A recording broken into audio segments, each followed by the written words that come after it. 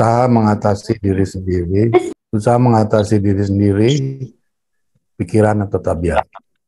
Saya diperintahkan untuk mengatakan kepada rekan-rekan pekerja saya, ya ini Nyonya White, ya Nyonya White, dia bercerita mengenai rekan-rekan pekerjanya, sesama para penginjil.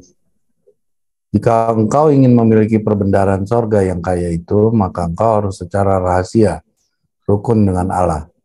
Jika engkau tidak melakukan hal ini, maka jiwamu akan menjadi hampa akan Roh Suci, bagaikan lembah-lembah Gilboa yang hampa akan embun dan hujan. Apabila engkau tergesa-gesa dari perkara yang satu ke perkara yang lainnya, apabila engkau menghadapi sedemikian banyak pekerjaan yang harus dilakukan, sehingga tidak dapat mengambil waktu untuk berbicara dengan Allah, maka bagaimanakah engkau dapat mengharapkan kuasa dalam pekerjaanmu? Berrukun dengan, yaitu yang buat sedemikian ini oleh keadaan bingung dan tergesa-gesa yang tidak suci. Gospel Workers halaman 272. Menangani pikiran manusia adalah pekerjaan yang paling sulit yang pernah dipercayakan kepada manusia fana, dan para guru senantiasa memerlukan pertolongan Roh Allah agar mereka dapat melakukan pekerjaan mereka dengan benar. Di antara orang-orang muda yang memasuki sekolah akan terdapat tabiat dan pendidikan yang berbeda-beda. Guru akan menghadapinya dengan dorongan hati, ketidaksabaran, kebanggaan, mementingkan diri sendiri, rasa harga diri yang tidak pada tempatnya. Sebagian dari orang-orang muda itu telah dihidup dalam unsur kesewenang-wenangan yang tertahan dan kekasaran, yang telah memperkembangkan suatu roh kelas kepala dan pembangkangan. Yang lain telah diperlakukan sebagai binatang peliharaan, diharuskan mengikuti kecenderungan orang tua mereka yang terlalu menyayangi mereka. Kelemahan-kelemahan telah dimaafkan sampai tabiat rusak. Pendisiplinan roh, penyucian hati, dan pikiranlah yang dibutuhkan. Inilah yang berharga daripada talenta, akal, dan pengetahuan yang luar biasa. Suatu pikiran biasa yang dilatih untuk menurut. Demikianlah firman Tuhan. Lebih banyak daripada mereka yang memiliki kemampuan-kemampuan tetapi tidak mengerjakannya dengan betul. Manusia boleh membanggakan pengetahuan mereka terhadap perkara-perkara duniawi. Tetapi jikalau mereka tidak mengetahui Allah yang benar, Kristus, jalan, kebenaran, dan hidup itu, maka mereka adalah orang-orang bodoh yang menyedihkan, dan pengetahuan mereka akan binasa dengan mereka. Pengetahuan sekuler memang merupakan kekuatan, tetapi pengetahuan akan firman yang mempunyai pengaruh yang mengubahkan terhadap pikiran manusia tidak dapat dibinasakan. Maranatha halaman 63. Semua kecelakaan tabiat bermula dalam hati. Sombongan, kesia-siaan, perangai yang jahat, dan keserakahan berasal dari hati daging yang tidak dibaharui oleh kasih karunia Kristus. Oleh pembaruan hati, maka kasih karunia Allah bekerja mengubahkan hidup. Perubahan lahiriah belumlah cukup untuk serasi dengan Allah. Banyak orang berusaha mengubah diri oleh memperbaiki kebiasaan jahat ini atau kebiasaan jahat itu, dan berharap dengan jalan ini mereka menjadi orang-orang Kristen. Tapi sayangnya mereka memulai dari tempat yang kurang tepat. Tugas kita pertama ialah mulai dari hati. Kitab suci adalah alat terbesar yang mengubah tabiat ini. Kristus berdoa, kuduskanlah mereka dalam kebenaran.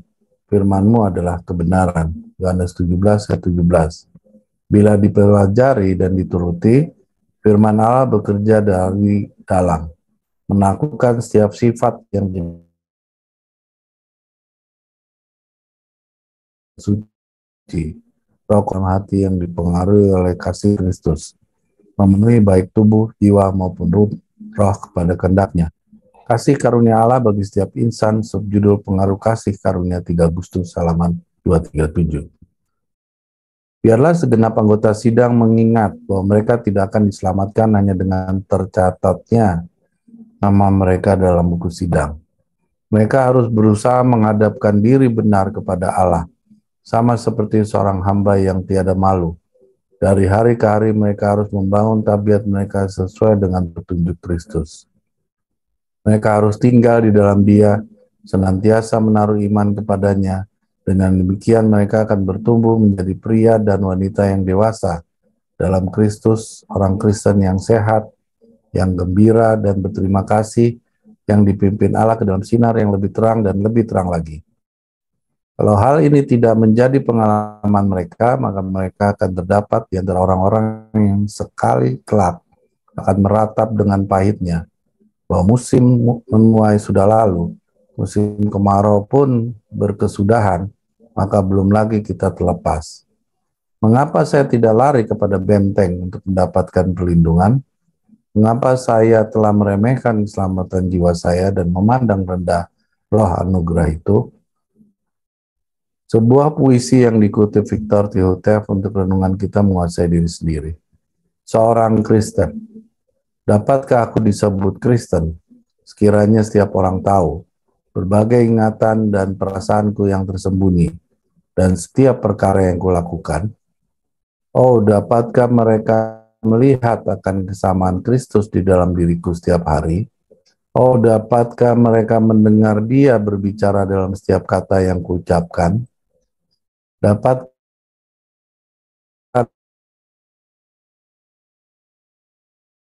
disebut Kristen tempat Yesus tidak akan mau ke sana. Oh, dapatkah mereka mendengar pantulan suaranya dalam setiap lagu yang kunyanyikan? Dalam mereka melihat Yesus dalam diriku. Dapatkah aku disebut Kristen jika dinilai dari apa yang kubaca, dari semua kreasi kegemaranku, dan dari setiap pikiran dan perbuatanku? Dapatkah aku dipersamakan dengan Kristus, karena aku kini bekerja dan berdoa, tidak mementingkan diri, ramah, suka mengampuni terhadap orang lain setiap hari.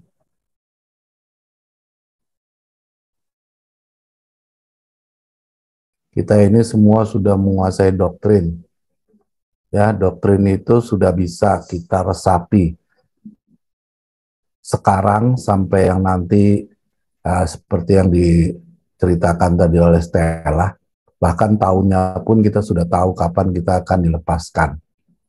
Tapi setelah kita mempelajari, ya banyak tulisan renungan pendahuluan terkait pembangunan moral, dan di sini diceritakan mengenai usaha mengatasi diri sendiri, pikiran atau tabiat, baru di sini terlihatlah di dalam masing-masing pribadi kita, bahwa kita masing-masing masih perlu banyak perjuangan. Karena masing-masing kita punya persoalan dengan mengatasi hati. Ya, hati itu adalah pikiran, di mana hati itu selalu jahat adanya. Ya, selalu kita punya kecenderungan itu lebih mementingkan diri kita sendiri dengan persoalan-persoalan kita, di samping kita tidak lagi melihat bahwa waktunya, bagaimana yang tadi disampaikan oleh Stella. Kalau sekarang ini menurut saya, setelah saya banyak belajar dari tulisan-tulisan yang saudara Ren itu kompilasi, itu melekat pada diri kita masing-masing. Ya, kalau dilihat dari pembelajaran tulisan-tulisan Nyonya White ini, wah itu udah kita ini jauh lah dari persiapan kita membangun moral. Karena semakin hari mungkin kita semakin terlihat moral kita tuh tidak terlihat cocok dengan apa yang diminta oleh tulisan ini. Ya, kita tidak menyerahkan diri kita sepenuhnya kepada Tuhan, kita tidak mempersiapkan pekerjaannya itu kepada Tuhan, dan seterusnya. Ya, mudah-mudahan setiap 2 minggu pembangunan moral ini kita bangun dengan tulisan-tulisan ini. Ya, saya pribadi tulisan-tulisan renungan doa ini bagus banget ya buat saya gitu ya, kalau kita baca gitu, tetapi membuat kita juga menjadi takut karena kita pribadi ini masih belum bisa sesuai dengan apa yang diamanatkan oleh tulisan ini. Semoga apa yang menjadi renungan ini bisa menjadi renungan buat kita bersama, ya, supaya kita lebih bisa mengontrol hati dan pikiran kita, untuk kita serahkan dan kita percayakan kepada Tuhan untuk mengatur jalan hidup kita. Amin. Ya, terima kasih Saudara Victor. Ada satu kata-kata yang saya tangkap dari Saudara Victor tadi, makin banyak membaca ya, renungan-renungan ini semakin menjadi takut, ya, semakin menjadi takut. Jadi bukan semakin menjadi percaya diri, ya, semakin diri menjadi takut. Secara logika, kalau orang di ilmu pengetahuan umum, semakin dia banyak belajar, semakin dia lebih mengetahui daripada orang yang lain, semakinlah dia percaya diri. Bukan semakin dia khawatir, semakin dia takut. Ya. Tapi di dalam belajar Alkitab, kita berbeda. Ya, semakin kita belajar, semakin kita mengetahui, semakinlah kita merasa diri tidak layak, sehingga membuat diri kita takut apakah saya ini bisa tergabung di dalam kelompok yang nanti akan diluputkan oleh Tuhan atau tidak. Ya, itu yang harusnya ada di dalam pikiran kita. Ya. Itulah yang harus kita punyai di dalam pikiran kita. Kenapa? Sama halnya seperti Abraham. Abraham lebih tahu daripada 1.000 karyawannya, ya, karena Abraham tahu lebih banyak, lebih mengenal kebenaran Tuhan daripada 1.000 karyawannya. Rasa takutnya Abraham lebih besar. Sehingga apa? Sehingga Abraham menciptakan penjagaan kepada karyawannya lebih keras, menjaga supaya mereka menutup diri, tidak bergaul dengan lingkungan. Berbeda dengan Lot, ya. Pada saat kita tadi 2 minggu yang lalu sudah pelajari, kita lihat Lot, rasa kekhawatirannya terhadap pengaruh dari lingkungan, pengaruh dari pergaulan, pengaruh daripada kota Sodom dan Gomora sangat kecil, ya. Berbeda dengan Abraham. Apa permasalahannya? Karena Abraham lebih tahu banyak tentang rencana Allah, tentang pemahaman pikiran Tuhan dibandingkan Lot. Jadi dari sini kita bisa lihat, semakin kita mengenal kebenaran, semakin kita membuat kita bukan menjadi orang yang sombong, malah semakin diri merasa tidak layak, tidak pantas. Sehingga kita banyak hal yang harus kita lakukan perubahan-perubahan, ya. Karena rasa takut kita mendorong kita untuk banyak hal yang harus kita tinggalkan. Sedangkan orang yang di seberang sana, dia semakin percaya diri, maka semakin banyak hal yang mereka abaikan untuk melakukan perubahan-perubahan. Ya. Itulah perbedaannya antara roh Allah dan roh. Ya. Nah, kita coba sama-sama lihat di dalam buku Gospel Workers 272. Ya. Misi daripada renungan pendahuluan ini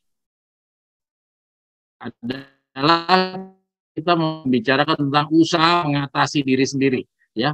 Mengatasi diri sendiri itu adalah dari pikiran atau tabiat. Kenapa kok mengatasi diri sendiri ini dimulai dari pikiran dan tabiat? Ya, nanti kita akan baca di bawah. Ini sudah dibacakan oleh Victor, bahwa semua itu dimulai dari pikiran. Telinga atau mata itu hanya sarana untuk bagaimana pikiran itu diisi.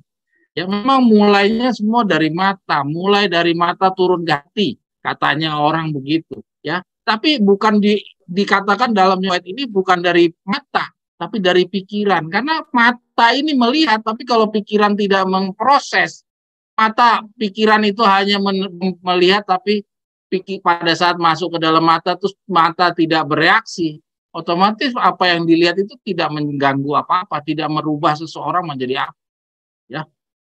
Jadi semuanya itu diawali dari pikiran, bukan dari mata atau dari telinga. Nah, yang saya ingin garis bawahi di sini, mungkin boleh dihitamkan, aku lupa menghitamkan ini, maka engkau harus rahasia rukun dengan Allah, itu dulu yang pertama. Ya. Kenapa maka engkau harus rahasia rukun dengan Allah? Ya. Kenapa? Karena kita itu tidak ditugaskan atau tidak diizinkan untuk membawakan kebenaran ini dengan atau aktivitas penurutan kita itu dengan pamer. Ya, karena ada orang atau agama yang dikatakan suka di ujung-ujung jalan, di lampu merah lah. Ya, kalau kita baca itu orang-orang Farisi suka di ujung-ujung jalan dia memamerkan cara beragamanya. Bahkan kalau kita puasa pun katanya tidak boleh menunjukkan muka yang merengut-merengut atau muka yang kelihatan mesem. Ya, kita harus benar-benar menyembunyikan apabila kita sedang beragama. Ya, nah di sini makanya dikatakan maka engkau harus secara rahasia rukun dengan Allah. Jadi nggak perlu dipamer-pamer. Ya, kita terus nih. Nah, yang kedua yang perlu kita garis bawahi, anak aku lupa nih hitamkan. Apabila engkau tergesa-gesa dari perkara yang satu kepada perkara yang lain, apabila engkau menghadapi sedemikian banyak pekerjaan yang harus dilakukan sehingga tidak dapat mengambil waktu untuk berbicara dengan Allah, adakah Tuhan memakluminya? Ternyata tidak. Maka bagaimanakah engkau dapat mengharapkan kuasa dalam pekerjaanmu? Nah, ya, jadi artinya kita harus menyelesaikan semua hal-hal yang menjadi penghalang antara kita dengan Allah. Terus yang kedua, berlakulah rukun dengan hatimu sendiri dan kemudian rukun dengan Allah. Ya. Jadi rukun dengan Allah itu adalah tahap berikutnya. Tahap pertama adalah rukun dengan dirimu sendiri. Tuhan itu tidak mau kalau kamu belum selesai dengan dirimu. Maka itu kita harus selesai dengan diri kita sendiri dahulu. Nanti kita akan diskusikan tentang bagaimana yang dimaksud dengan selesai dengan diri kita sendiri. Oke. Ini adalah bacaan kita yang pertama. Bacaan yang kedua, kita lanjut coba. Boleh geser, Anna? Nih. Menangani pikiran manusia adalah pekerjaan yang paling sulit yang pernah dipercayakan kepada manusia fana. Mungkin itu yang boleh dihitamkan, ya. Jadi menangani pikiran manusia adalah pekerjaan yang paling sulit yang pernah dipercayakan kepada manusia fana. Ya, saudara-saudara, kira-kira saudara sepakat dengan itu atau tidak? Ini Nyonya White yang bicara, bukan saya. Ya. Saudara harus sepakat dengan apa yang dikatakan Nyonya White. Atau ada yang saudara mengatakan, enggak, itu paling gampang malahan.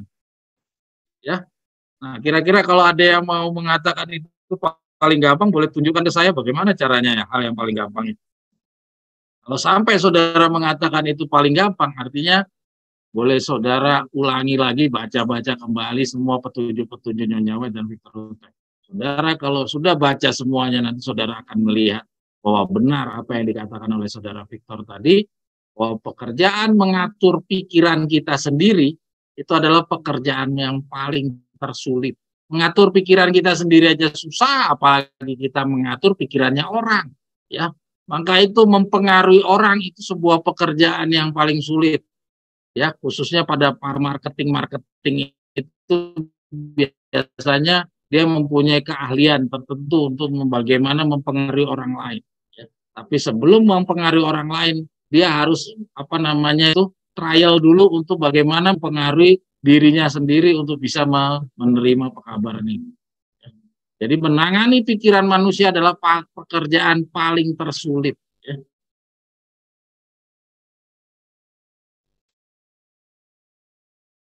Nah ini, guru akan menghadapi guru akan menghadapinya dengan dorongan, ketidaksabaran, kebanggaan, mementingkan diri, rasa harga diri yang tidak pada tempatnya. Sebagian dari orang muda itu telah dihidupkan dalam usaha kesewenang-wenangan yang tertahan dan kekerasan, yang telah memperkembangkan suatu keras kepala dan perbangkang. Itu kecenderungan orang tua mereka yang terlalu menyayangi mereka. Kelemahan-kelemahan telah dimaafkan sampai tabiat rusak. Ya, nah ini adalah gambaran-gambaran tabiat manusia itu bisa terbentuk, ya, dan bisa menjadi rusak akibat kesalahan bagaimana pada saat kita mengisi tabiat-tabiat kita dan pikiran kita. Nah, ini yang berikutnya, pendisiplinan roh, penyucian hati dan pikiranlah yang dibutuhkan. Nah, makanya itu ya, sesuai judulnya tadi, ya, bagaimana kita mengatasi diri kita sendiri, yaitu dimulai dari pikiran dan tabiat. Ya, penyucian hati dan pikiranlah yang dibutuhkan. Inilah yang berharga daripada talenta, akal, dan pengetahuan yang luar biasa. Jadi segala hal yang lainnya itu tidak terlalu penting dibandingkan bagaimana kita bisa mengatasi pikiran kita. Jadi pikiran kita itu adalah hal yang paling pertama yang harus dibenahi. Karena semua talenta itu harus Diawali dari bagaimana talenta itu bisa dimanfaatkan harus sesuai dengan apa yang ada di dalam pikiran seseorang. Kalau talenta itu kita gunakan untuk yang benar atau gunakan yang salah, itu tergantung dengan ada yang di mana pikiran itu memikirkan apa. Kalau pikiran memikirkan hal yang buruk, maka talenta tentu akan digunakan untuk hal yang buruk. Tidak akan talenta bertentangan dengan pikiran kita. Ya. Oke.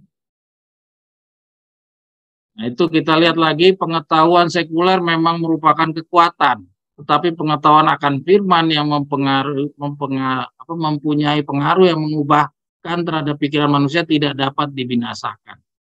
Oke, kita lanjut.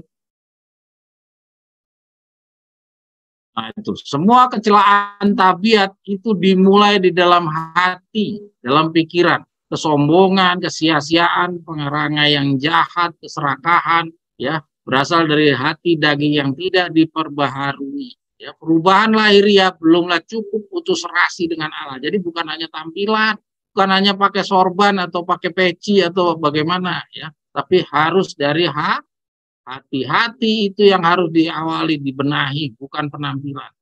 Penampilan itu nanti setelah pikiran itu dibenahi, karena secara otomatis kalau pikiran dibenahi, maka dia akan membenahi pakaian, dia akan membenahi makanannya, dia akan membenahi tutur katanya, dia akan membenahi pribadi-pribadinya, kebiasaan-kebiasaan.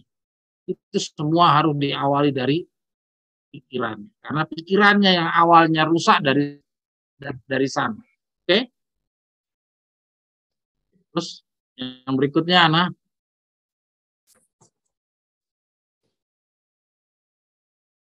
Nah, ini satu peringatan kepada kita, tidak cukup hanya nama kita saja tercatat sebagai anggota Davidien atau dalam buku sidang. Kalau ini Nyonya bicara buku sidang.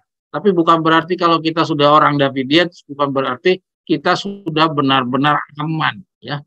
Jadi dikatakan di sini dari hari ke hari mereka harus membangun tabiat mereka sesuai dengan petunjuk Kristus, ya. Ini adalah semua usaha membenahi diri sendiri. Ini semua nyambung dengan apa yang sudah kita pelajari tentang peraturan pelaksanaan. Kita kemarin udah pelajari banyak dan contoh-contoh, ya, masuk juga hal-hal yang harus dilakukan yang di PR bagi kita. Ya. Hal-hal yang menjatuhkan umat Allah di masa lalu, itu semua telah kita pelajari. Semuanya itu harus kita tinggalkan untuk perubahan tabiat kita. Karena tabiat kita itu tanpa disadari terbentuk dari semua yang kita bergaul. Ya, kita berhubungan dengan siapa, tabiat kita itu terbentuk. Oke, lanjut.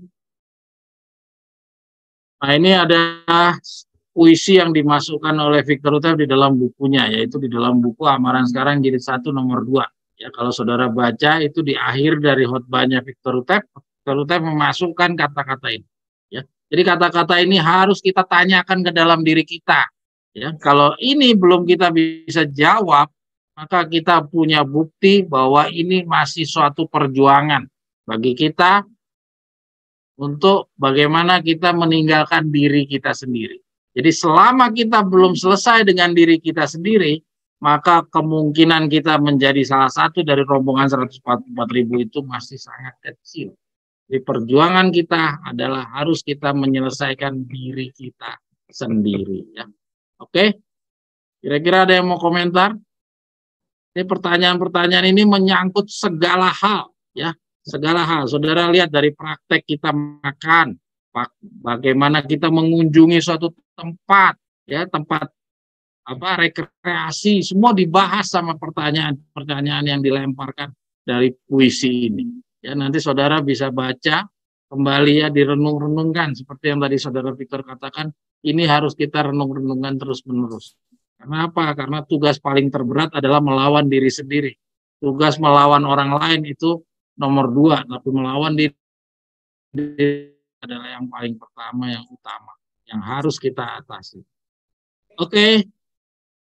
Mungkin ada yang mau komentar sebelum kita masuk? Itu yang kalimat berbagai ingatan dan perasaanku yang tersembunyi. Ini ngeri sekali, ya, karena kita kan muka boleh manis, bicara manis, tapi orang kan tidak tahu apa isi kepala kita. Yang tahu itu kan Tuhan. dan diri sendiri ya. Dan ini yang paling ngeri nih. Kan memang pikiran ya, semua dari pikiran. Apa yang ada di pikiran itu yang kita lakukan. Keluar di mulut, tangan kerjakan, itu dari pikiran. Atau ada juga yang kita nggak keluar, tapi itu di hati dan pikiran kan. Ya. Lagi memaki-maki orang kan di dalam pikiran. Menyumpah-nyumpahin orang atau pikiran negatif, pikiran kotor dan sebagainya itu kan ada dalam pikiran, kita nggak lakukan. Tidak dilakukan, malah disembunyikan supaya orang nggak tahu. Tapi Tuhan tahu. Ya, ini ada pertanyaan dari Ana ini. Makin banyak belajar, makin banyak tahu. Kita punya salah. Gimana Kak Enco? Maksudnya gimana? Ana ini nanya atau bagaimana? Ana memberi tambahan. Kenyataan. Oh, Ana memberi tambahan. Ya, makin banyak kita baca, makin banyak belajar. Jadi kita makin tahu bahwa kita tuh punya salahnya ada di mana. Oke, terima kasih Ana. Ya, kira-kira begitu ya Ana. Jadi kita makin tahu kita punya banyak salah itu ada di mana. Yang dulunya dengan tidak baca, tidak banyak tahu, kita jadi nggak tahu juga bahwa kita itu salah nggak berbuat ini, berbuat itu. Ya, jadi kayak orang Advent karena sekarang nggak banyak baca, mereka nggak pernah tahu apa yang mereka lakukan itu sebenarnya salah. Mereka lakukan terus-menerus, ya. Tapi mereka nggak sadar bahwa itu sebenarnya salah. Oke. Oh, jadi lebih baik nggak banyak baca ya. Nah, kalau nggak banyak baca, kira-kira bagaimana? Nah, ini ada menarik juga. Lebih baik nggak baca atau bagaimana? Nah, jawabannya adalah karena nilai daripada seseorang diukur dalam surga adalah sebesar berapa besar dia mengenal Allah. Maka kalau kita tidak baca, maka hasilnya apa? Kita tidak mengenal Allah. Kalau kita tidak mengenal Allah, artinya nilainya kita sangat rendah di mata Tuhan. Kita tidak mau baca, alasan kita karena kita mau menghindari supaya kita tidak tahu. Sehingga kita tidak merasa bersalah. Tapi nilai kita rendah di mata Tuhan. Kalau nilai kita rendah di mata Tuhan, maka Tuhan tidak ada segan-segannya atau Tuhan tidak ada merasa perlu melindungi kita. Karena nilai kita nggak ada artinya di mata Tuhan. Sedangkan seorang Daniel berharga di mata Tuhan, seorang Daud, seorang Yusuf, seorang Ayub berharga di mata Tuhan. Jadi ada yang ganggu, dijagain sedemikian rupa.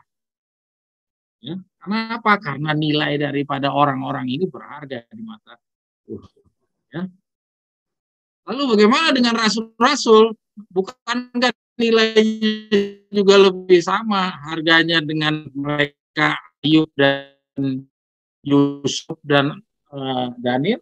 Masalahnya periodenya berbeda. Tuhan mempunyai rencana-rencana pekerjaan yang berbeda. Jadi jangan disamaratakan. Minggu lalu kita sempat berbicara tentang Tuhan, umat Allah itu bagaikan biji mata Tuhan. Nah, kalau biji mata Tuhan, apakah kata-kata biji mata Tuhan ini kita bisa terapkan di semua periode? Tidak. Ternyata sesuai dengan misinya Tuhan. Kalau misinya Tuhan adalah di gigi ganti gigi, Tuhan jagain. Daniel Tuhan jagain, Yusuf Tuhan jagain, Musa Tuhan jagain. Ya, Daniel Tuhan jagain. Tapi rasul-rasul mulai dari Yohanes Pembaptis, ya, bahkan Yohanes Pembaptis waktu masuk penjara itu Yesus masih ada. Yesus ada di antara Yohanes Pembaptis, kehidupan Yohanes Pembaptis. Yesus tidak berkunjung sama sekali. Apakah ini yang dimaksud dengan biji mata Tuhan?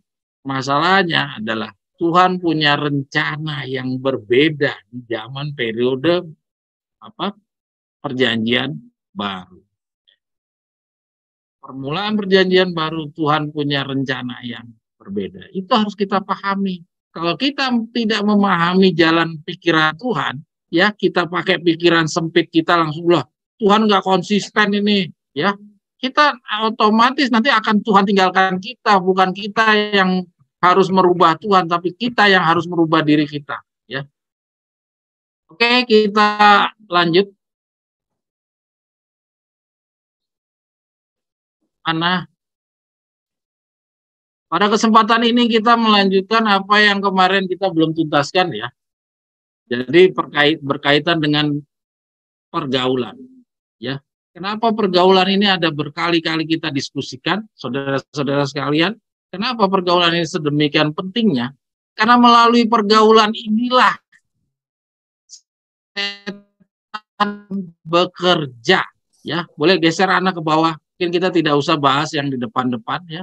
Kenapa pergaulan ini sedemikian penting? Karena coba anak geser-geser ke bawah.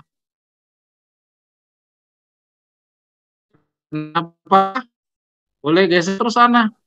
Sampai nanti kita ketemu melalui pergaulan. Ya, bagaimana Tuhan bagaimana setan dulu mengalahkan orang-orang di masa lalu melalui pergaulan, maka melalui cara yang sama setan. Nah, itu dia.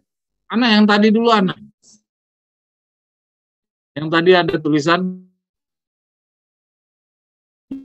Israel modern, penting kita bahas sampai sedemikian mendalam karena itu tadi. Mana tadi anak?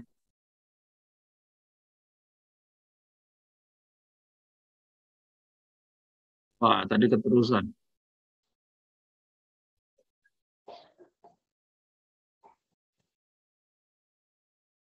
Oke, terus kata lagi anak. Kita bahas ya yang belum aja. Oke, nah itu dia. Dengan cara yang sama juga orang anak keterusan anak. Yang tadi anak.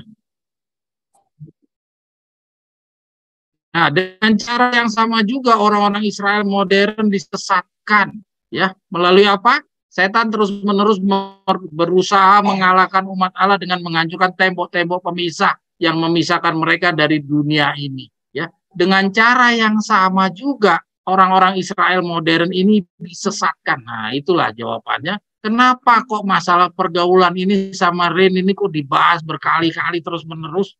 Ya, nggak bosen apa bahas tentang pergaulan?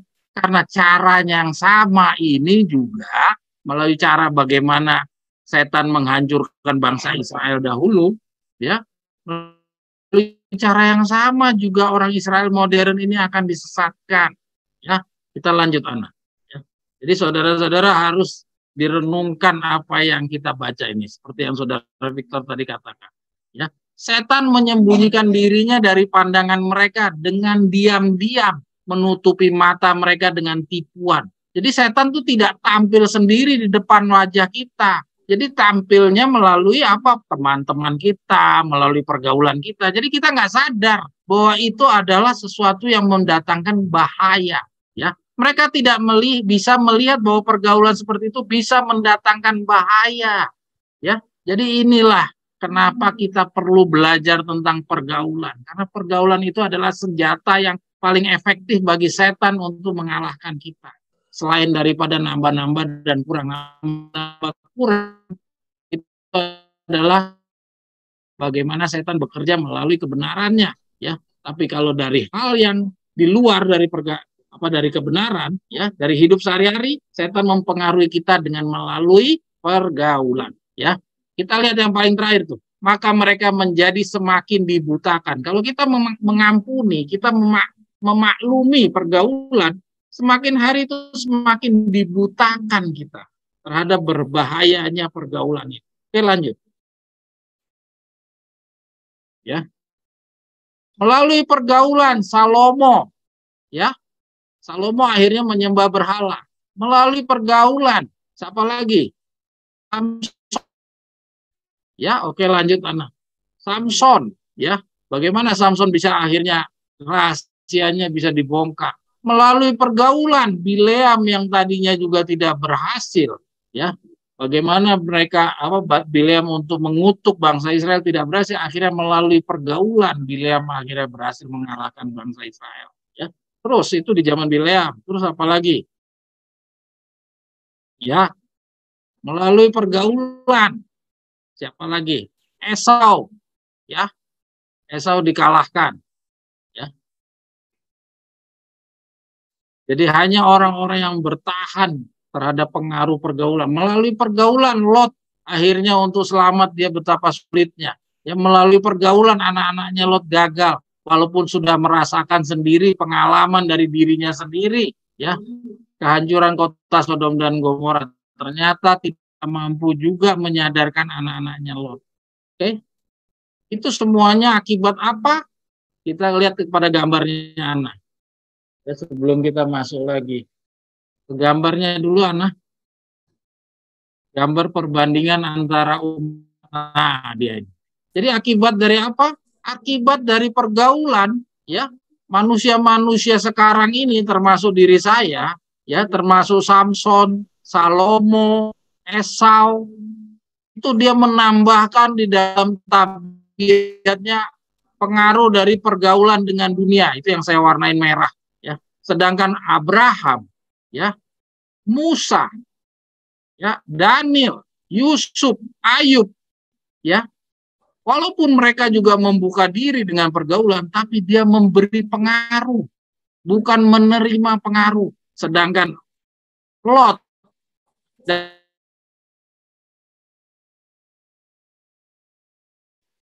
terus apa lagi? Samson, itu dia menerima pengaruh, bukan memberi pengaruh, tapi dia menerima pengaruh. Ya, jadi akibat dari orang-orang yang menerima pengaruh ini tabiatnya terbentuk. Jadi bahayanya itu pergaulan artinya benar-benar membentuk tabiat, sehingga tabiat kita ini yang harus kita rubah.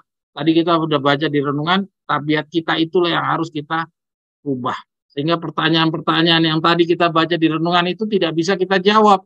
Kenapa? Karena kita sudah hanyut di dalam pengaruh pergaulan. Ada orang yang tidak terpengaruh dengan pergaulan? Ya, tidak ada. Saat ini kita hampir semuanya sudah terpengaruh dengan pergaulan. Jadi tabiat kita benar-benar, makanya dikatakan diri kita sejak dari lahir itu tidak bisa mewarisi kerajaan surga. Kita lanjut, anak. Ya. Nah, jadi kita lanjut. Ya. Ya, karena kita sekarang ini tidak bisa berada dalam kondisi memberi pengaruh kepada orang-orang, ya, lingkungan, kita hanya cenderung hanya bisa menerima pengaruh. Karena kita bukan seorang besar, kita bukan orang yang berkedudukan, maka tidak mungkin kita memberikan pengaruh kepada lingkungan, ya. Kita hanya bisa menjadi seorang yang menerima pengaruh, ya. Padahal nasihatnya Nyonya White, kalau kita di dalam pergaulan, kita harus memberikan pengaruh. Ada tulisan, ya, yang kita punya di dalam tulisan ini. Nanti saudara bisa baca. Nah, salah satu jalan untuk membenahinya adalah, mari kita lihat apa yang disarankan oleh Ellen G. White. Boleh ke bawah, Ana? Ini yang belum kita baca minggu yang lalu. Jadi karena kita tidak bisa memberi pengaruh, karena cenderung calon-calon 144 adalah orang-orang sederhana, orang-orang yang tidak diperhitungkan, orang-orang yang tidak mungkin bisa sebesar Abraham dahulu, yaitu orang kaya, orang yang berpengaruh, orang yang terhormat. Kita semua adalah calon-calon 144.000 adalah orang-orang yang tidak diperhitungkan, orang-orang penganggur-penganggur di pasar, ya. Maka nasihat, terus lanjut, Ana. Maka jalan keluar yang Nyonya White berikan kepada kita, salah satunya adalah, nah itu dia. Kita boleh baca dulu ya, sebelum kita lanjut. Oleh pergaulan duniawi, oleh kecantikan, oleh mencari keplesiran. Wah, Ana jangan diterusin dulu.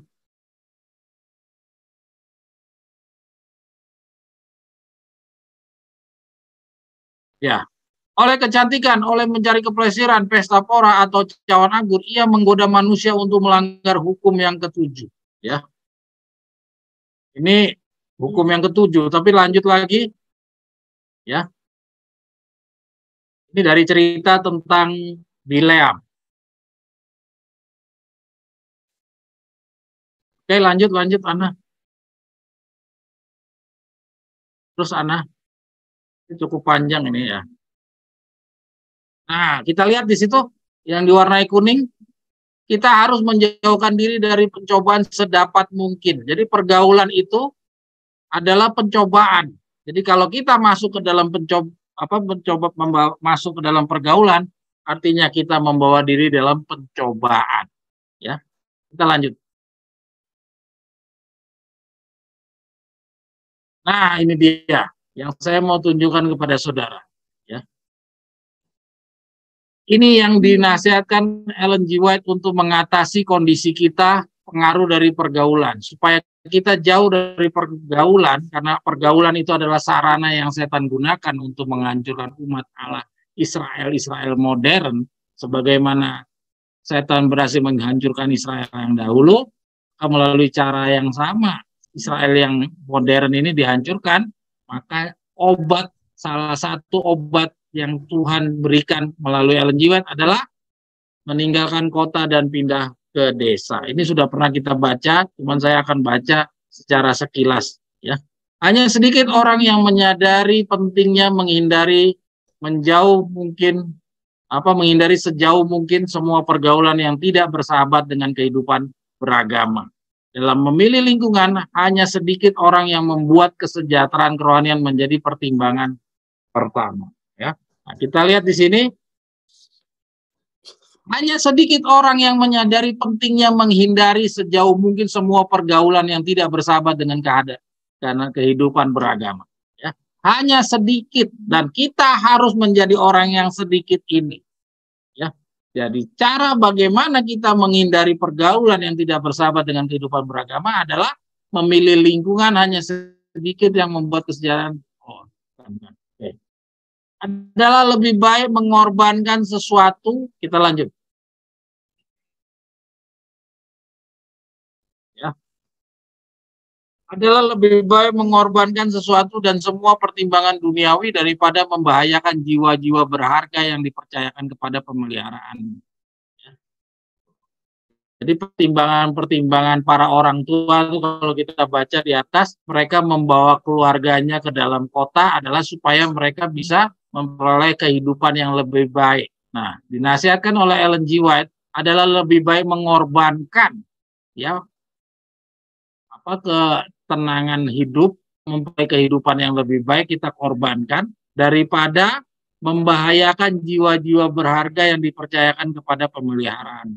Jadi kita harus mempertimbangkan lebih baik kita kehilangan kemungkinan potensi-potensi kehidupan yang lebih baik daripada kita kehilangan jiwa-jiwa berharga akibat daripada pergaulan.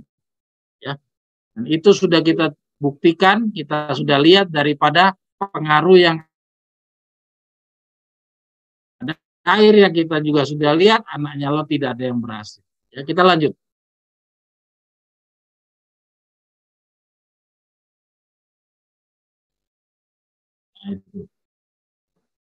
Orang-orang muda disapu oleh arus mutakhir, ya, yang populer, arus mutakhir yang populer. Mereka yang belajar menyukai hiburan membuka pintu kepada banjirnya pencobaan. Mereka menyerahkan diri mereka kepada kegembiraan sosial dan keriangan yang tidak bijaksana. Mereka dituntun dari satu bentuk pemborosan tenaga kepada pemborosan tenaga yang lain, sampai akhirnya kehilangan baik keinginan maupun kemampuan untuk suatu hidup yang berguna. Aspirasi keagamaan mereka menjadi dingin. Kemuliaan jiwa, semua yang menghubungkan manusia dengan dunia kerohanian direndahkan derajatnya.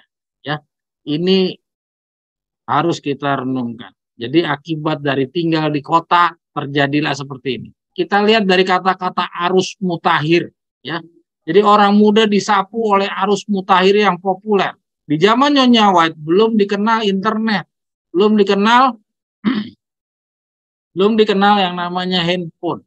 Jadi Nyonya White mengingatkan kita hanya dari satu sisi, yaitu pergaulan yang secara fisik. Tapi pergaulan yang tidak secara fisik, itu Nyonya White belum kenali.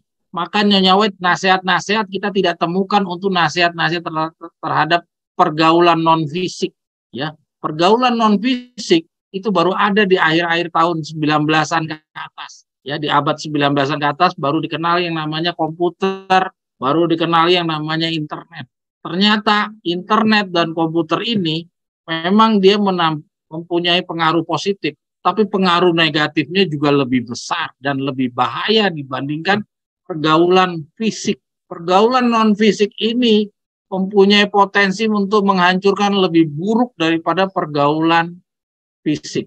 Yang kita baca dari Nyonya White memang nasihat-nasihatnya adalah pergaulan fisik. Tapi jangan lupa pengaruh daripada pergaulan non-fisik akibat dari arus mutakhir ini pun juga harus menjadi perhatian kita saat ini. Ya, Bacaan-bacaan, kalau Nyonya White itu mengatakan bacaan-bacaan, tontonan-tontonan, ya, permainan-permainan itu harus ditinggalkan semua, ya. Nah, kalau kita baca dari Nyonya White itu tampak itu semua berkaitan dengan permainan fisik, yang berkaitan dengan fisik semua. Tapi kalau kita ikuti di dalam arus mutakhir perkembangan zaman, maka kita harus juga menyesuaikan nasihat Nyonya White itu kepada kondisi kita sekarang. Dunia saja sudah tahu bahwa bahayanya kemajuan internet, kemajuan teknologi itu mempunyai bahaya yang cukup besar. Ya, jangan sampai dunia lebih tahu daripada kita yang memegang kebenaran makanan pada waktu. Ya, jadi artinya perjuangan kita untuk melawan pergaulan bukan hanya pergaulan fisik, tapi pergaulan non fisik. Keluarlah dari kota-kota sesegera mungkin. Ya, nah kita lihat kenapa Nyonya White menyarankan untuk keluar dari kota-kota sesegera mungkin. Ya, kembali lagi kita dari kacamata Nyonya White. Karena apa? Karena di dalam kota-kota ini pergaulan-pergaulan yang rusak seperti yang terjadi di zamannya Korah Datang dan bukan Korah Datang, di zamannya Lot, ya, di zamannya Salomo, ya, itu semua ada di tengah-tengah kota, ya. Walaupun juga di desa juga sudah berkembang sampai ke sana. Tapi di zaman Nyonya White menulis ini, mungkin desa itu belum separah kondisi kota saat sekarang ini. Ya, kalau di saat sekarang desa pun sudah terkontaminasi. Akibat apa? Itu kemajuan teknologi. Ya, kalau di zaman Nyonya White kemajuan teknologi belum ada, maka pengaruh kota itu belum ada di desa. Sehingga Nyonya White menyarankan untuk pindah sesegera mungkin dari kota-kota. Kita lanjut. Ya, keluarlah dari kota adalah pekabaran saya sekarang ini. Nah, itu jadi di zaman Nyonya White mengingatkan itu sebagai pekabaran makanan pada waktunya di zamannya Nyonya White. Ya. Pastikanlah bahwa seruan ini adalah bagi anggota-anggota kita agar bermukim berkilo-kilometer dari kota-kota besar. Ya. Jadi artinya apa? Tadi kita sudah baca dan contoh-contoh kita sudah amati semua mempengaruhi sangat besar. Ya. Pengaruhnya sangat besar akibat dari pergaulan itu. Ya, maka itu dinasihatkan untuk keluarlah hidup berkilo-kilo dari kota. Tuhan menyerukan kepada anggota-anggota kita untuk bermukim jauh dari kota-kota. Oke, lanjut. Ada kata-kata yang benar-benar sulit untuk kita cari alasan untuk menghindarinya. Janganlah menganggap sebagai kemerosotan besar. Ya, kalau kamu harus pergi ke perbukitan dan pegunungan-pegunungan. Tetapi carilah tempat terpencil di mana kamu bisa berada sendirian dengan Allah untuk mempelajari kehendak dan jalannya. Ya. Jadi kita jangan merasa diri bahwa kalau kita tinggal di desa itu sebuah kemerosotan.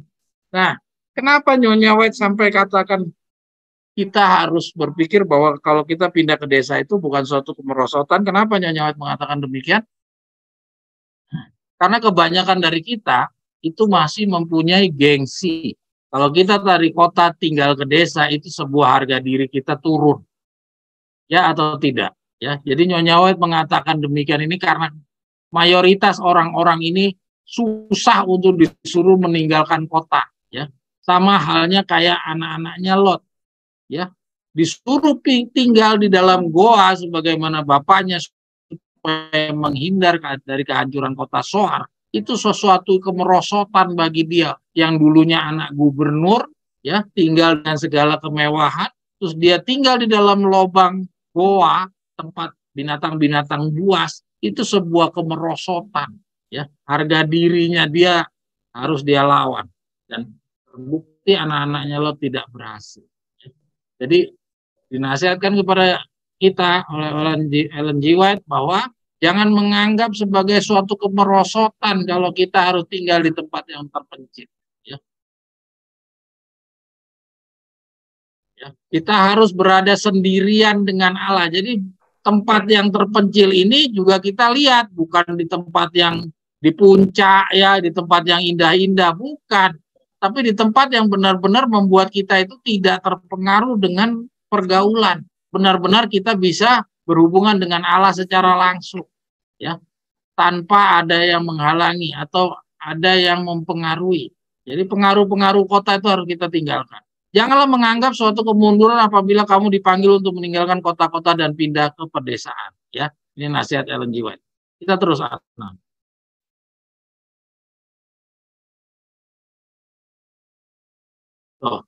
Kalau tidak, sudah tiba waktunya bagi anggota-anggota kita untuk membawa keluar dari kota ke tempat-tempat yang lebih tenang. Kalau tidak, banyak dari antara orang muda, bahkan juga banyak dari orang-orang yang lebih tua akan terjerat dan ditawan oleh musuh itu. Ya, jadi ini Nyonya White sudah mengingatkan, artinya nggak ada jalan keluar, kita harus keluar dari kota-kota. Ya, kita sudah lihat dari pengaruh kepada anak-anaknya Lot. Ya, nah ini bacaan yang benar-benar harus kita renungkan sama-sama. Nanti saya ingin lihat pendapat-pendapat saudara sendiri bagaimana setelah membaca kata-kata yang saya warnakan warna kuning ini. Mari kita baca. Tidak ada satu dari antara 100 keluarga yang akan bertambah secara jasmani, pikirani, ataupun rohaninya dengan tinggal di kota. Ya, jadi tidak ada satu dari 100 keluarga yang akan bertambah secara jasmani, pikiran, dan rohaninya kalau dia tetap tinggal di dalam kota. Ya, iman, pengharapan, kasih, kebahagiaan akan jauh lebih baik diperoleh di tempat yang tenang, di mana terdapat ladang, bukit-bukit, dan pepohonan. Bawalah anakmu jauh daripada pemandangan dan kebisingan kota, jauh dari hiruk-pikuk lalu lintas di jalan raya, maka pikiran mereka akan menjadi lebih sehat. Ternyata akan lebih mudah memasukkan kebenaran firman Allah ke dalam hati mereka. Tidak ada satu dari antara 100 keluarga yang akan bertambah secara jasmani. Jadi artinya tidak ada satu dari antara 100. Jadi di dalam 100 itu satu orang aja itu tidak akan ada yang bisa bertumbuh kerohaniannya kalau dia tetap tinggal di kota. Jadi baru orang itu bertumbuh tinggal di kota apabila dia orang ke 101. Ya, 101, 102. Barulah orang yang nomor 101 dan 102 itulah yang dia mungkin akan bertambah. Nah, kalau kita amati sekarang, jumlah kita berapa? Adakah sudah di atas 100 orang? Ya, mungkin ada, tapi sementara mereka semua masih tersembunyi, tidak kita ketahui.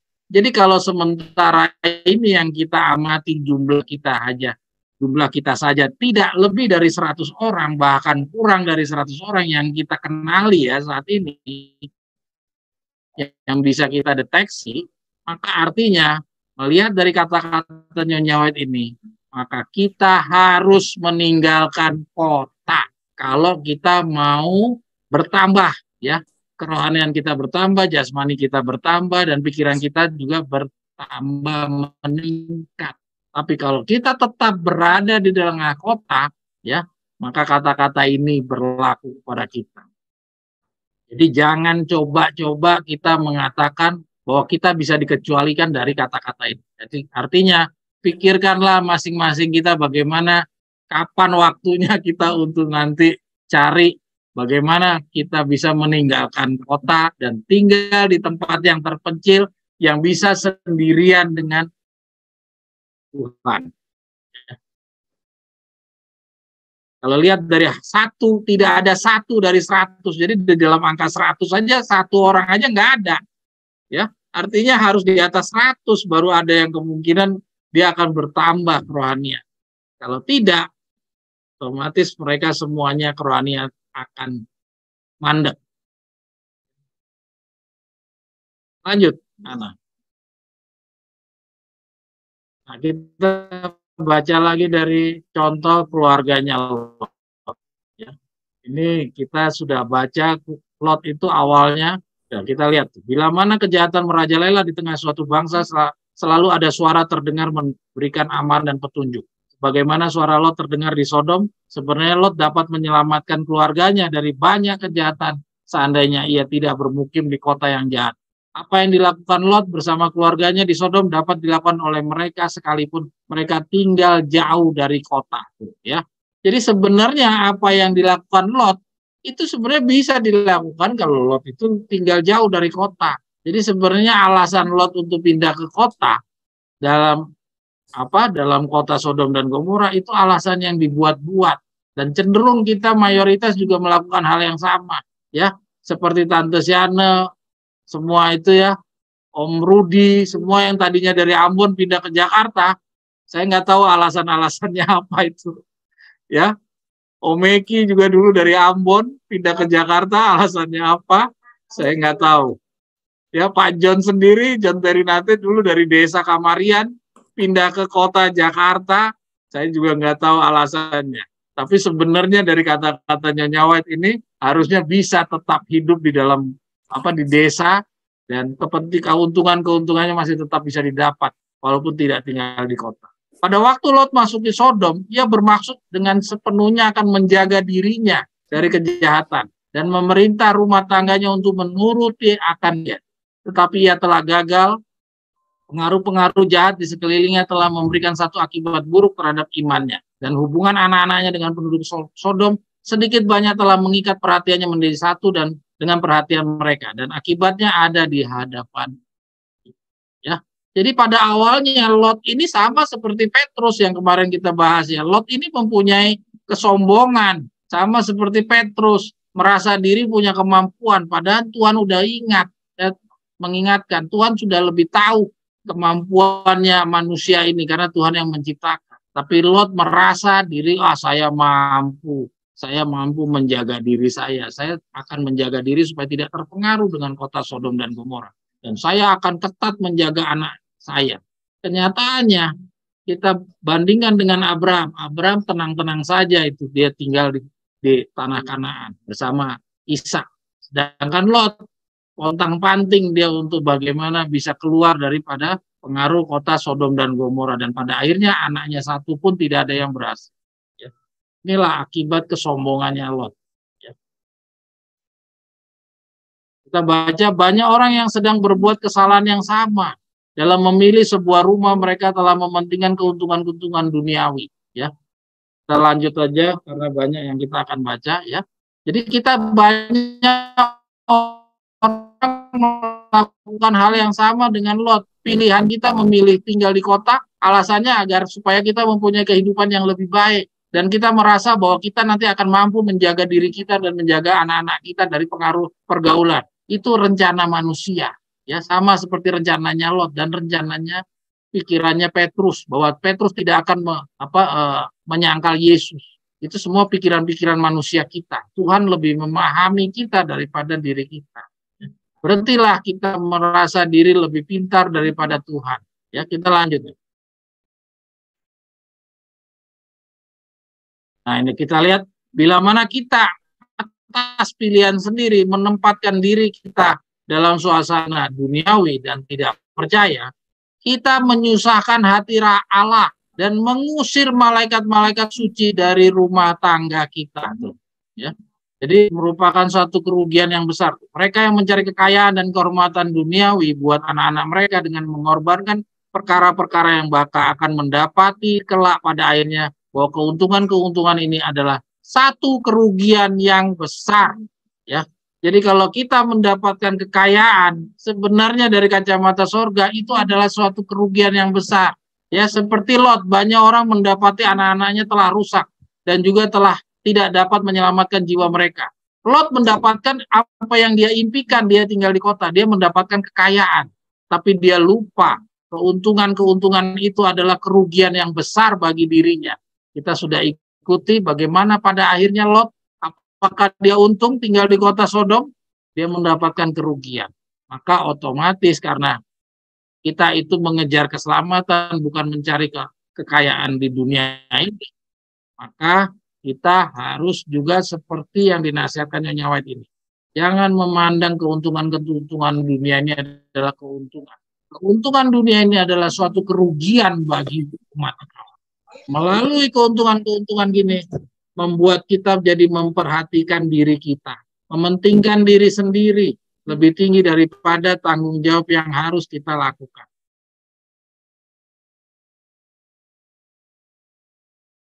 Kemakmuran dunia, tapi mereka akan memperoleh suatu kepastian akan hak untuk mendapatkan warisan yang berkah. Ya. Kalau saja mereka telah menggunakan kebijakan yang benar, anak-anak mereka boleh jadi memiliki sedikit saja kemakmuran dunia. Ya, kalau kita benar-benar bijaksana, tidak mementingkan diri, tidak memilih kota. Ya, tapi kita memperoleh kepastian hak untuk mendapatkan warisan yang bakal. Jadi dengan kita tinggal di kota sekarang ini, tentu tidak ada jaminan. Oke? Nah, yang berikutnya ini nasihat Nyonya White untuk benar-benar kita bisa menghindari dari pergaulan, yaitu bersekolah di sekolah gereja. Ya, ini semua saya cantumkan sehingga saya tidak sama sekali mengurangi supaya saudara sekalian bisa melihat nasihat-nasihat Nyonya White yang murni itu seperti apa. Di zaman Nyonya White, sekolah-sekolah gereja mungkin masih dalam taraf yang sesuai harapan Nyonya White. Ya.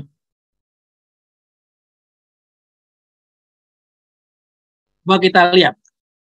Apa sih yang di dalam benak pikiran Nyonya White? Kenapa Nyonya White menyuruh kita untuk sekolah di sekolah gereja?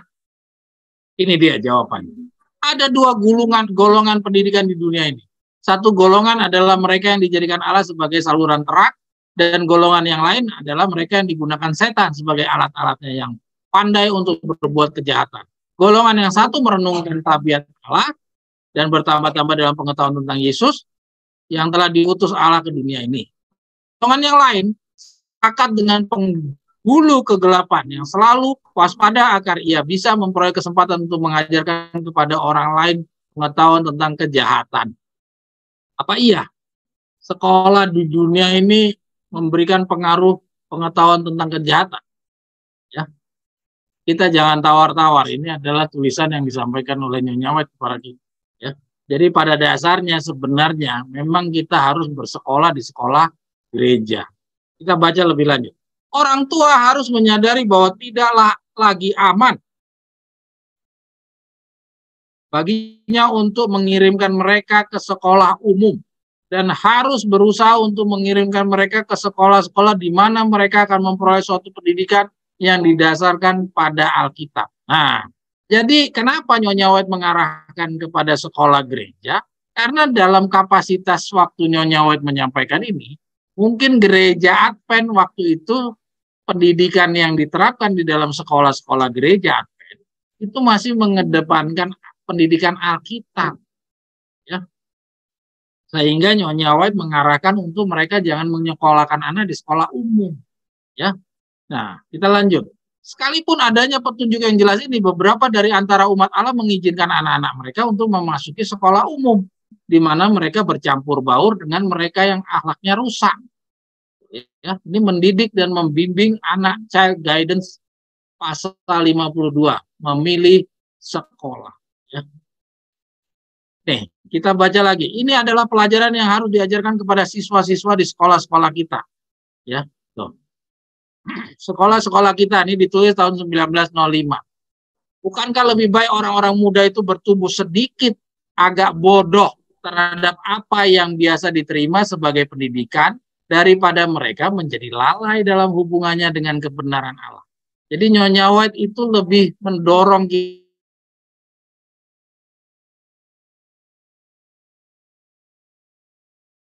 berharap umat Allah itu lebih cerdas. Tuhan tidak menginginkan umatnya lebih pintar dalam ilmu pengetahuan dunia daripada pengetahuan akan kebenaran. Tetapi pencapaian kita tidak ada gunanya jika tidak digunakan untuk kemuliaan Allah dan untuk kebaikan umat Allah, umat manusia. Tapi baik untuk menjali pikiran dengan pelajaran-pelajaran yang memerlukan ketekunan hebat, tetapi tidak digunakan dalam kehidupan praktis.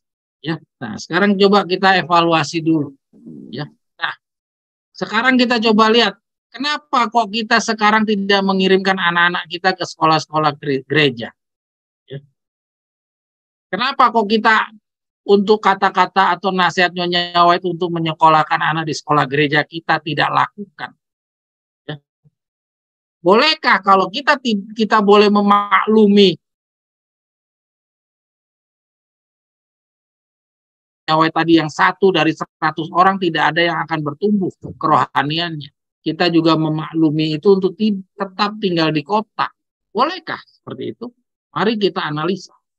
Nah, kalau kita melihat di sekolah gereja, kenapa kita tidak laksanakan perintah Nyonya White ini? Karena sekolah gereja kita, kenyataannya pada saat ini, mereka juga harus tunduk sama Kementerian Pendidikan. Saya nggak tahu kalau di Australia atau di Jerman, tapi yang jelas di Indonesia, mau sekolah Islam kah, mau sekolah Kristen kah, mau sekolah Advent kah, semuanya itu harus tunduk sama Kementerian Pendidikan. Kurikulumnya mereka wajib untuk mengajarkan kurikulum pendidikan nasional, ya. Jadi mau sekolah Advent pun, ya, mereka mau tidak mau harus tunduk sama aturan pemerintah. Sehingga oleh karena itu, mau kita sekolahkan di sekolah gereja kah atau di sekolah umum kah, hasilnya pun akhirnya sama. Karena pendidikan Alkitab, bahkan kondisi sedang Laodikia sekarang, setelah kondisinya miskin, buta, dan telanjang, setelah mereka menolak pekabaran, ya, gereja-gereja Advent saja sudah menolak pekabaran, mengabaikan, sudah mundur ke Mesir, apalagi lembaga-lembaga pendidikannya. Otomatis apa yang diajarkan kepada siswa-siswa tidak beda jauh dengan apa yang disampaikan di atas mimbar-mimbar gereja Advent. Jadi apakah mungkin kita mendapatkan apa yang dimaksudkan Nyonya White ini di dalam kita mengirimkan anak-anak kita bersekolah di sekolah gereja? Nah, itulah jawabannya kenapa kok kita tidak melaksanakan perintah Nyonya White untuk mengirimkan anak di sekolah gereja. Karena kondisi gereja sekarang sudah berbeda jauh dengan kondisi Nyonya White waktu Nyonya White hidup. Nah, sedangkan yang tadi, nasihat Nyonya White untuk pindah ke kampung-kampung, ya, tidak ada satu orang dari 100 orang yang bisa meningkat di dalam kerohaniannya. Itu tidak bisa kita hindari. Kenapa? Karena memang sampai detik ini, kota-kota besar semakin hari bukan semakin baik. Bukan lebih baik daripada kondisi waktu Nyonya White menyampaikan pesannya ini. Bahkan kondisi kita sekarang, kota-kota di mana kita tempat tinggal sekarang, jauh malah semakin lebih buruk daripada kondisi di saat Nyonya White menyampaikan pesannya ini. Sehingga sangat relevan, bahkan malah lebih urgent, lebih segera dibutuhkan untuk kita tindak lanjuti nasihat Nyonya White ini dibandingkan di saatnya Nyonya White. Mungkin di zamannya Nyonya White masih bisa ditawar-tawar, kondisi kerajaan, pengaruh kota itu belum terlalu buruk. Kondisi kita sekarang, kondisinya sudah sangat buruk. Maka pengaruh kita, otomatis kita tidak bisa lagi keluar dari kondisi seperti sekarang ini kalau kita tetap berada di tengah-tengah kota. Ya. Saudara-saudara sekalian, kenapa kok kita perlu kita pergi dari kota? Ya, karena kita harus menghindari pengaruh-pengaruh dari pergaulan. Pengaruh-pengaruh daripada perilaku-perilaku orang-orang yang ada di tengah kota. Ya. Sebagai ilustrasi, kalau saudara adalah pecandu rokok, pemakai rokok, bagaimana saudara untuk bisa berhenti daripada merokok? Ada yang pernah merokok di sini? Ya tidak perlu ya merokok. Tidak perlu orang harus merokok untuk mengenal tentang bahaya rokok. Ya, kita perlu tahu dari hal cerita pengalaman-pengalaman orang-orang yang merokok. Bagaimana orang-orang yang perokok ini bisa meninggalkan rokok? Nasihat yang diberikan adalah apa? Jauhilah orang-orang di sekitar saudara yang merokok. Jauhilah pergaulan-pergaulan yang mengajak saudara untuk merokok. Jadi berpisahlah dengan orang-orang yang pecandu-pecandu rokok. Itu adalah nasihat yang diberikan kepada orang-orang yang merokok. Kalau dia masih berada di lingkungan orang merokok, masih berada di tengah-tengah orang pecandu-pecandu rokok, mampukah dia bertahan untuk tidak merokok? Otomatis secara perlahan-lahan dia akan terus-menerus akan terpengaruh, akan lama-lama kembali lagi dia jatuh dan dia akan menghisap rokoknya kembali. Dan itu juga yang dinasihati kepada orang-orang pecandu narkoba. Ya, dilarang dia untuk bergaul kembali dengan teman-temannya yang pecandu-pecandu narkoba. Dia harus pergi sejauh-jauhnya daripada orang-orang yang pecandu-pecandu narkoba. Itu adalah ilustrasi yang sama terkait dengan pergaulan ini. Kita harus menjauhkan diri daripada pengaruh-pengaruh pergaulan. Karena apa? Seperti tadi yang kita sudah sampaikan bahwa kita tidak bisa memberi pengaruh. Karena kita adalah orang-orang yang remeh-temeh, orang-orang yang tak berharga, orang-orang yang tidak diperhitung. Kita bukan Abraham yang mempunyai kedudukan. Kita bukan orang-orang yang powerful, punya keuangan yang cukup, bisa mempengaruhi orang lain. Lot aja, saudara amati, Lot itu seorang gubernur saja, ternyata dia sendiri juga terpengaruh. Dia tidak bisa memberi pengaruh, padahal dia punya kedudukan. Apalagi kita sekarang yang tidak mempunyai kedudukan dan tidak mempunyai kekuatan. Ya, kita coba lihat di kesimpulan sekarang. Ya, yang pertama, pergaulan sebagai sarana setan untuk menaklukkan pekerjaan penyelesaian 144.000. Jadi kesimpulan ini perlu kita renungkan. Ya, kenapa kita perlu pikirkan tentang kesimpulan ini? Ini adalah semua resume dari apa yang kita sudah pelajari tentang pergaulan. Ya, yang pertama, pergaulan adalah sarana setan untuk menaklukkan pekerjaan 144.000. Kenapa? Karena tadi sudah tegas kita baca bahwa Israel dahulu itu kalah karena pergaulan. Maka dengan cara yang sama setan akan gunakan untuk menghancurkan Israel modern. Siapa Israel modern kalau bukan 144.000? Ya. Yang kedua, pergaulan adalah musuh yang tidak disangka-sangka. Tadi kita udah sama-sama baca bahwa melalui pergaulan, ya, kita membuka diri ke dalam pencobaan. Kita nggak menyadari bahwa itu mempunyai dampak yang berbahaya. Jadi kalau kita tidak menyadari pergaulan itu mempunyai dampak yang berbahaya, maka pergaulan itu adalah musuh yang tidak disangka-sangka. Oke, lanjut. Yang kedua, pergaulan itu adalah pencobaan. Jadi kata-kata Yesus apa? Janganlah bawa diri kami ke dalam pencobaan, melainkan lepaskanlah kami dari pencobaan. Itu kalau Tuhan yang membawa kita di dalam izin percobaan seperti Ayub. Tapi kalau kita sendiri yang membawa diri dalam pencobaan, adakah Tuhan akan menghalangi?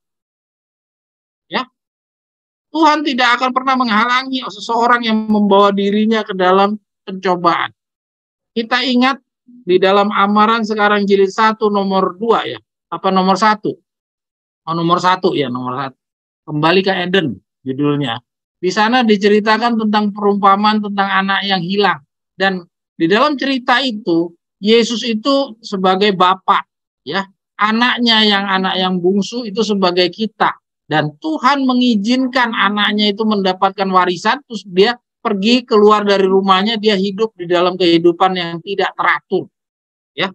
Nah, di dalam cerita itu kalau kita baca, Tuhan sama sekali, bapaknya itu sama sekali tidak menghalangi anaknya untuk pergi dari rumahnya. Bapaknya sudah tahu bahwa anaknya itu nanti akan rusak di dalam pergaulan. Dia nanti akan mendapatkan suatu pergaulan yang buruk. Tapi Tuhan orang tuanya itu membiarkan.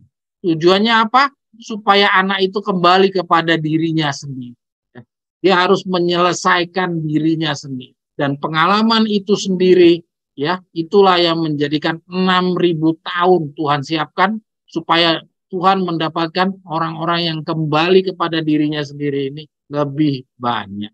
Ya, itu adalah pencobaan. Jadi kalau kita datang membawa diri ke dalam pergaulan, artinya kita membawa diri dalam pencobaan.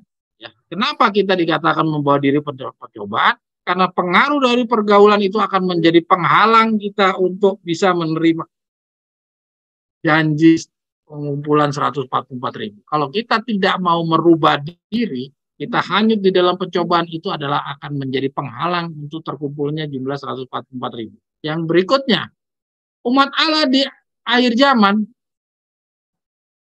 awalnya ketika ia baru lahir, musuhnya adalah dirinya sendiri.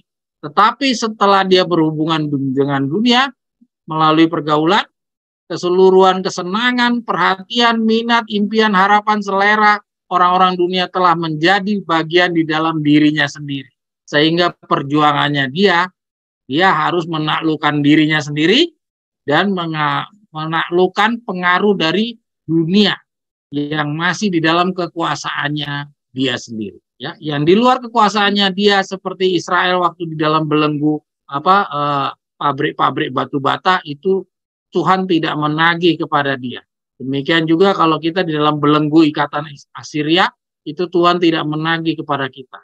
Yang Tuhan tagih kepada kita adalah hal-hal yang masih di dalam kekuasaan kita. Ya, nah yang berikutnya, contoh-contoh umat Allah yang menang dahulu, musuhnya adalah sepenuhnya dari agen-agen setan. Ya, seperti Abraham, Ayub, Yusuf, Musa, Daniel, ya hingga rasul-rasul, itu tidak lagi mempunyai masalah dengan dirinya sendiri. Ya, bahkan sampai nyawanya pun hilang, itu mereka sudah siap. Ya, kenapa kalau kita bisa mengatakan begitu? Sama halnya kayak Daniel, dia dimasukkan dapur api. Ya, Daniel dimasukkan ke dalam lubang singa, itu sudah membawa diri dalam apa? Membawa diri dalam celaka pada nyawanya.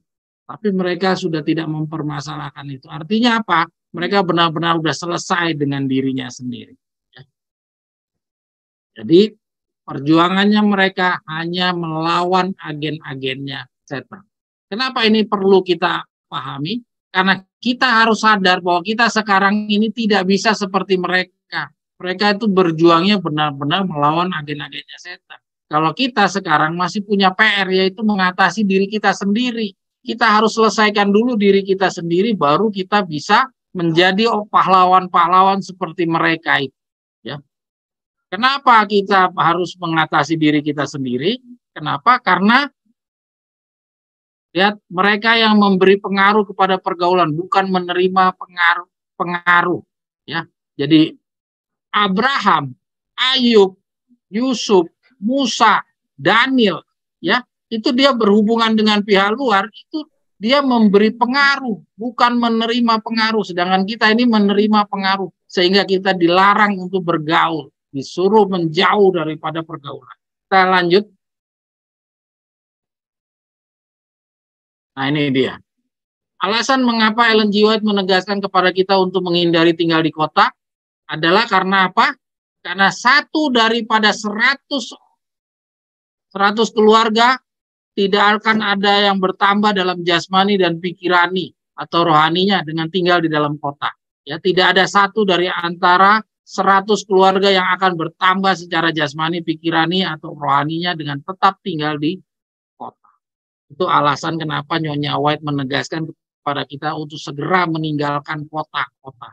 Jadi karena Nyonya White melihat tidak ada satu dari 100 orang yang akan bertambah pengetahuan kerohaniannya. Ya, kemajuan kerohanian tidak akan lebih baik. Pengetahuan mungkin bisa didapat. Kayak kita sekarang baca terus, kita akhirnya dapat 2027. Ya, itu tidak kita dapat di desa, kita dapatnya di kota. Tapi dalam melaksanakan pembenaran oleh iman yang Victor tadi katakan, kita iman tanpa perbuatan, itu tidak kita dapatkan di kota. Perbuatan itu bisa kita lakukan kalau kita tinggal terpencil dan tidak dipengaruhi oleh pengaruh-pengaruh dunia. Itu yang dijadikan alasan Nyonya White menyarankan kita untuk meninggalkan kota-kota. Ya. Terus yang kedua, serta cerita pengalaman Lot dan anak-anaknya. Kesemua pengaruh-pengaruh buruk, kehancuran moral didapat dari kehidupan pergaulan kota secara umum ditempati. Nah, karena kota itu secara umum ditempati oleh orang-orang kafir, nggak ada orang benar di dalam kota. Jadi karena mayoritas ini kita berada di lingkungan orang-orang kafir, maka mereka itu memberi pengaruh kepada kita. Kita tidak mampu memberi pengaruh kepada mereka, ya seperti Lot dan anak-anak. Nah ini ya, yang berikutnya itu tentang memberi dan menerima. Itu tadi kita udah diskusikan, oke? Mungkin habis ya Ana ya. Jadi kita lanjut. Nah, jadi jalan yang satu-satunya yang bisa kita tempuh adalah sebagaimana Yohanes Pembaptis, yaitu menghindari orang-orang banyak tinggal di gua-gua batu dan bukit yang tandus. Ya, jadi kita sudah baca salah satu contoh yang diberikan kepada kita dari pelajaran pergaulan adalah bagaimana seorang Yohanes Pembaptis. Yohanes Pembaptis ini dia menyadari bahwa dirinya tuh lemah. Dia tidak sekuat Abraham, ya. Dia tidak sekuat Abraham, dia tidak sekuat Daniel, tidak sekuat Yusuf. Sehingga karena dia sadar dia punya kelemahan, itu sudah kita baca, maka si Yohanes dengan dirinya sendiri, keikhlasan dari dirinya sendiri, inisiatif dari dirinya sendiri, ya, dia memutuskan untuk tinggal di goa-goa batu-batu. Supaya dia bisa dengan secara mandiri, secara sendirian dia berhubungan dengan Allah. Dan itulah yang dinasihatkan kepada kita. Nah ini lihat. Perjuangan terberat kita adalah melawan diri sendiri. Kenapa? Karena diri kita sendiri sudah mengadopsi pengaruh-pengaruh dari lingkungan. Itu yang menjadi kesulitan. Ya. Kenapa Ayub, Abraham, ya, Daniel, seluruhnya juga sama-sama mempunyai dosa turunan. Tapi kenapa dia mudah menyelesaikannya? Karena dia tidak menambahkan di dalam tabiatnya pengaruh lingkungan. Sedangkan kita sudah menjadi kesulitan bagi kita melawan diri kita. Karena apa? Karena kita sudah menambahkan diri kita dengan pengaruh lingkungan. Ya. Mari kita baca. Kewajiban kita menyelesaikan seluruh permasalahan dengan diri kita sendiri harus diselesaikan dalam masa sekarang, yaitu masa pengumpulan 144.000 ini. Dan tidak ada jeda dari masa sekarang ini dengan saat terpilihnya 144.000. Ya, saya ulangi. Jadi kita menyelesaikan diri kita ini harus diselesaikan di dalam masa pengumpulan 144.000. Dan di dalam masa pengumpulan ini sampai terpilihnya jadi 144.000, itu tidak ada jeda yang disediakan bagi kita. Kita mau tidak mau harus berjuang di saat sekarang ini. Sebagaimana pengalaman dengan rasul-rasul dahulu, bagaimana mereka menyelesaikan permasalahan dengan diri mereka sendiri? Nah, ya. Jadi berbeda kita dengan rasul-rasul dahulu. Apa bedanya? Mari kita baca berikut. Ya. Bukankah rasul-rasul juga harus menyelesaikan dengan dirinya? Nah, bagaimana perbedaan kita dengan masa rasul-rasul dahulu? Nah, kita lanjut kepada pelajaran pengalaman rasul-rasul. Mudah-mudahan waktunya cukup ya. Ini semua kita belajar dari contoh dan contoh saingan. Dari contoh dan contoh saingan kita akan mendapatkan pemahaman yang luas.